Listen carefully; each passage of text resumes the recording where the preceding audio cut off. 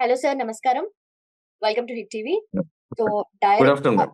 Yes sir. So, డైరెక్ట్‌గా పాయింట్‌లోకి వెళ్తే మనకు జమ్మూ కాశ్మీర్‌లో అనంతనాగ్ డిస్ట్రిక్ట్‌లో జరిగిన పహల్గామ్ అనే ఈ ప్లేస్‌లో జరిగిన టెర్రర్ అటాక్ గురించి అందరూ మాట్లాడుకుంటున్నారు. కాకపోతే ఒక్కొక్కరు డిఫరెంట్ డిఫరెంట్ వెర్షన్స్‌లో మాట్లాడుతున్నారు. సో, ఫస్ట్ బేసిక్‌గా ఈ రైట్. అటాక్ గురించి మీకు తెలిసినప్పుడు మీ ఫస్ట్ థాట్ ఏముండే సార్?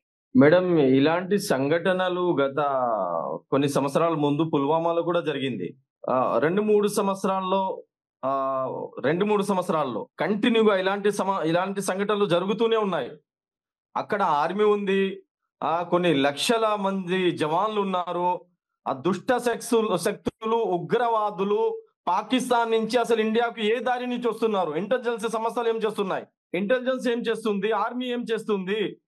మన దేశ ప్రధాని గారు అమిత్ షా గారు చెప్తున్నారు, ఆ పాకిస్తాన్ దుష్ట శక్తులు, ఉగ్రవాదులు భారతదేశంలో ఇన్ని సంవత్సరాల నుంచి గత 3 సంవత్సరాల ముందు కూడా జరిగింది. ఇప్పుడు కూడా జరిగింది. ఇంతకు ముందు కూడా చాలా సంఘటనలు ఇలాంటివి జరుగుతున్నాయి.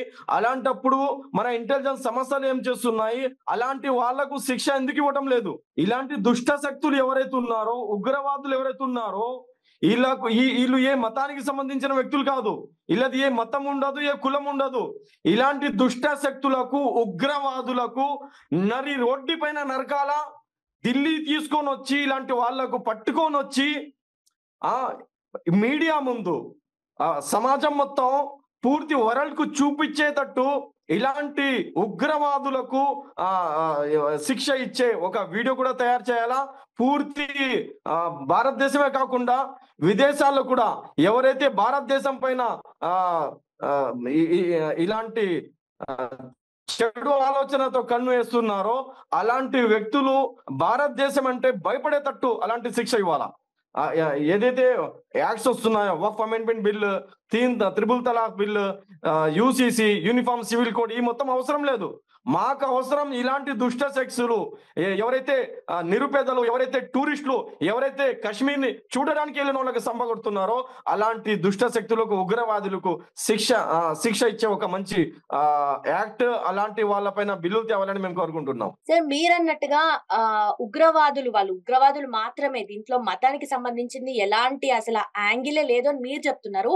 కానీ అక్కడ వాళ్ళు వాళ్ళ నేషనాలిటీ చెక్ చేసి, వాళ్ళ ఐడీ కార్డ్స్ తీసుకొని, వాళ్ళు ఏ ధర్మం పాటిస్తున్నారు అని చెప్పేసి ఇవన్నీ టెస్ట్ చేసి కూడా చూసుకొని కూడా ఈ దాడి చేశారు అన్నట్టుగా కూడా మాట్లాడుతున్నారు. సో దీని గురించి మీరేమంటారు? ఒక చిన్న మాట మేడం, ఇప్పుడు సోషల్ మీడియాలో, ఎలక్ట్రానిక్ మీడియాలో, గోధి మీడియాలో మేము చూస్తున్నాము ముస్లిమ్స్ చేశారు అది ఇది అని. మీరు గమనించే విషయం ఏంటంటే దీంట్లో కాల్చే వాళ్ళు ముస్లిం రూపంలో ఉన్నారు. వాళ్ళు ముస్లిమ్స్ కాదు. కాల్చే వాళ్ళు ముస్లిమ్స్ అని చెప్తున్నారు కదా, కాపాడేవాడు కూడా ముస్లిమే. అది గమనించండి. ఆదిల్ హుసేన్ షా ఇతను కాశ్మీర్ కి సంబంధించిన ఒక వ్యక్తి. అక్కడ టూరిస్టులకు గుర్రాల పైన అతను అక్కడ ఏదో పని చేసుకుంటాడు. అక్కడ పని చేసుకునే వ్యక్తి, మా మెహమాన్లు వీళ్ళు మా దగ్గరికి వచ్చారు, వీళ్ళకి ఇబ్బంది జరుగుతుందని ఆదిల్ హుసేన్ షా ప్రాణాలు తెగించి, ప్రాణాలు పోతాయని తెలిసి కూడా వాళ్ళ చేతుల నుంచి గన్ను లాక్కుంటున్నాడు. వాళ్ళ కాపాడే ప్రయత్నం చేస్తాడు. కాపాడుతూ భారతదేశం కోసం, భారతదేశం మన హిందూ సోదరుల కోసం, మన సిక్, మన ఈసాయి సోదరుల కోసం, క్రిస్టియన్ సోదరుల కోసం, ఎవరైతే అక్కడ మృతి చెందారో వాళ్లకు కాపాడడం కోసం ప్రాణాలు ఇచ్చేశాడు. ఇది కనపడటం లేదా గోధి మీడియాకు? వీడి గురించి, మన ఆదిల్ హుసేన్ షా గురించి ఎందుకు చర్చ చేయడం లేదు? అయితే దీంట్లో మతానికి సంబంధించిన యాంగిలే లేదని మీరు అంటున్నారు, అంతేనా? లేదండి, ఇప్పుడు ఉగ్రవాదులకు ఏ మతం ఉండదండి. ఇప్పుడు వాళ్ళు అల్లాహు అక్బర్ చెప్పండి, కలిమా చదవండి అని అక్కడ వాళ్ళు దాడి చేశారని చెప్తున్నారు కదా.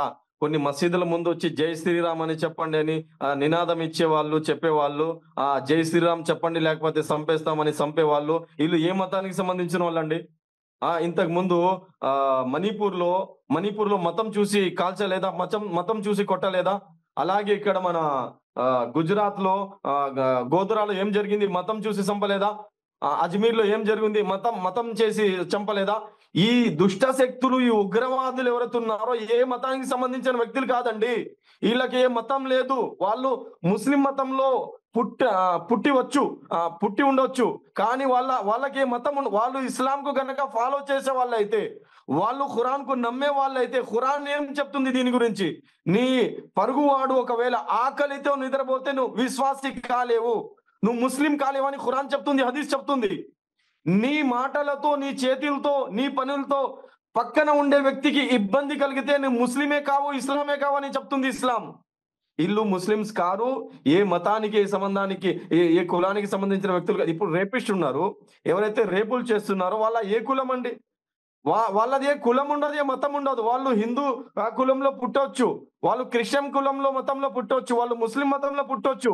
ఈ ఎవరైతే ఉగ్రవాదులు ఉన్నారో 6 సంవత్సరాల పిల్లలకు, చిన్న ఆడపిల్లలకు వీళ్ళు రేప్ చేసే వాళ్ళకు ఏ కులం, ఏ మతం కులం చూడకూడదు. తప్పు చేశాడు వాడు, ఎవరు తప్పు చేసినా తప్పే అండి, దీనికి మేము ఖండిస్తున్నాము. ఇప్పుడు కశ్మీర్ లో కూడా చాలా మంది ముస్లిమ్స్ నిరసన తెలుపుతున్నారు. నిన్న మగ్రిబ్ నమాజ్ తర్వాత మసీదుల్లో కూడా మేము కూడా ప్రార్థన చేసాము, దువా చేసాము వీళ్ళ కోసం. ఇది చాలా బాధాకరమైన విషయం.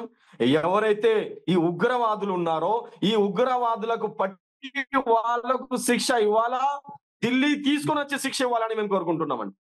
అందరు చూడాలా, ఇలాంటి దుష్ట శక్తులకు, ఉగ్రవాదులకు ఎలాంటి శిక్ష ఇవ్వాలంటే, దీని తర్వాత ఎప్పుడు కూడా పుల్వామా జరిగింది, పుల్వామాలో హమ్లా చేసే వాళ్ళు, ఉగ్రవాదులు ఎక్కడున్నారు, ఎవరు వాళ్ళు ఇప్పటి వరకు నిరూపించలేకపోయారు. అయితే జనరలీ ఇలాంటి టెర్రర్ అటాక్స్ జరిగిన ప్రతిసారి కొంతమంది అంటే క్లెయిమ్ చేస్తారు, అవును మేము ఇది చేసాము అని చెప్పి. ఫర్ ఎగ్జాంపుల్ ఇప్పుడు మనకు రీసెంట్ గా జరిగిన ఈ టెర్రర్ అటాక్ గురించి చూసుకున్నా కూడా ద రెసిస్టెన్స్ ఫ్రంట్ అని చెప్పేసి మేమే ఇది చేసామని చెప్పి వాళ్ళు క్లెయిమ్ చేస్తున్నారు. అంటే మొత్తానికి చూసుకున్నా కూడా ఈ జిహాద్ అనే పదం కూడా ఎక్కువగా మనం వింటూ ఉంటాము. అంటే జిహాద్ గురించి నిజంగానే మనకు ఖురాన్ లో ఉందా? అసలు దాని నిజమైన మీనింగ్ ఏంటి అసలు? జిహాద్ అంటే మేడం, నా లోపంలో ఉన్న చెడు ఏదైతే ఉందో ఆ చెడుని దూరం చేయడమే జిహాద్. ఎవరైనా ఆకలితో ఉన్నారు, వాళ్ళు ఆకలితో వాళ్ళకు దూరం చేసి వాళ్ళకి హెల్ప్ చేయడమే జిహాద్. ఎదుటి వ్యక్తి, ఏ మతానికి సంబంధించిన వ్యక్తి అయినా, ఏ కులానికి సంబంధించిన వ్యక్తి అయినా ఇబ్బందిలో ఉంటే ఆ ఇబ్బంది నుంచి బయటికి తీయడమే జిహాద్. ఎవరైతే ఎక్కడైనా ఏ కులానికి సంబంధించిన వ్యక్తులపైన, ఏ మతానికి సంబంధించిన వ్యక్తులకైనా అక్కడ వాళ్ళపైన ఏమైనా జులుం జరుగుతుంటే, వాళ్ళపైన ఏమైనా హత్య జరుగుతుంటే ఆ హత్య నుంచి కాపాడడమే జిహాద్. ఎక్కడైతే కశ్మీర్ లో ఉగ్రవాదులు కాల్చే వాళ్ళు వచ్చినప్పుడు కులం చూడకుండా, మతం చూడకుండా ఆదిల్ హుసేన్ షా ఏదైతే వాళ్ళ కాపాడడానికి ముందుకెళ్ళాడో, వాళ్ళ తుపాకీ లాక్కొని షహీద్ అయ్యాడో, ఆదిల్ హుసేన్ షా చేసిన పనికి జిహాద్ అంటారు. ఈ పాకిస్తానీ ఉగ్రవాదులు చేసే పని జిహాద్ కాదు. ఆదిల్ హుసేన్ షా ఏదైతే చేశాడో ఆ పనికి జిహాద్ అంటారు. ఆదిల్ హుసేన్ షా జిహాద్ చేశాడు, ఉగ్రవాదులు జిహాద్ చేయడం లేదు. ఈ ఉగ్రవాదులు జిహాద్ పేరుతో ఇస్లాం మతానికి బస్టు పట్టిస్తున్నారు. ఇస్లాం మతం అంటే వాళ్ళకి తెలియదు. ఈ పాకిస్తాన్ లో ఉంటే ఏదైతే దుష్ట శక్తులు ఉన్నాయో, ఉగ్రవాదులు ఉన్నాయో, ఉగ్రవాద సంస్థలు ఉన్నాయో, మన ప్రైమ్ మినిస్టర్ జీ నరేంద్ర మోడీ గారితో, అమిత్ షా గారితో మేము రిక్వెస్ట్ చేస్తున్నాము, ఉగ్రవాద సంస్థలతో, పాకిస్తాన్ తో మీరు జంగ్ ఎలాన్ చేయండి, మీరు యుద్ధం ప్రకటించండి, మేము సపోర్ట్ చేస్తాము. మేము కూడా మిలిటరీలో, ఆర్మీలో జవాన్ లాగా జాయిన్ అవ్వడానికి సిద్ధంగా ఉన్నాము. హిట్ టీవీ యాప్, ఇందులో short news, live news, entertainment shows, movies, digital magazines తో పాటు మీ జిల్లా వార్తలను కూడా ఫ్రీగా చూడొచ్చు. ఇంకెందుకు ఆలస్యం, వెంటనే హిట్ టీవీ యాప్ ని డౌన్లోడ్ చేసుకుని ఫ్రీగా ఎంటర్టైన్మెంట్ పొందండి. Hit TV app, hit TV app, please download hit TV app. Hit TV app ని ఫ్రీగా డౌన్లోడ్ చేసుకుని ఎంజాయ్ చేయండి. మీకు నచ్చిన ఎంటర్టైన్మెంట్ కోసం హిట్ టీవీ యాప్ ని ఫ్రీగా డౌన్లోడ్ చేసుకుని ఎంజాయ్ చేయండి. హిట్ టీవీ యాప్ ని డౌన్లోడ్ చేసుకుని ఆస్వాదించండి, ఆశీర్వదించండి. ఇంతమంది సెలబ్రిటీలు హిట్ టీవీ యాప్ ని డౌన్లోడ్ చేసుకోండి అని చెప్తున్నారంటే ఎంత మంచి యాప్ ఆలోచించండి. అమెరికా అమెరికాలో చదవాలనుకునే వాళ్ళకి విశ్వసనీయమైన పేరు మన శౌర్య కన్సల్టెన్సీ. UK లో 1 year masters, UK లో 1 year masters, 2 years work permit up to 5 years visa. Contact Saurya Consultancy. Contact 89851 89851.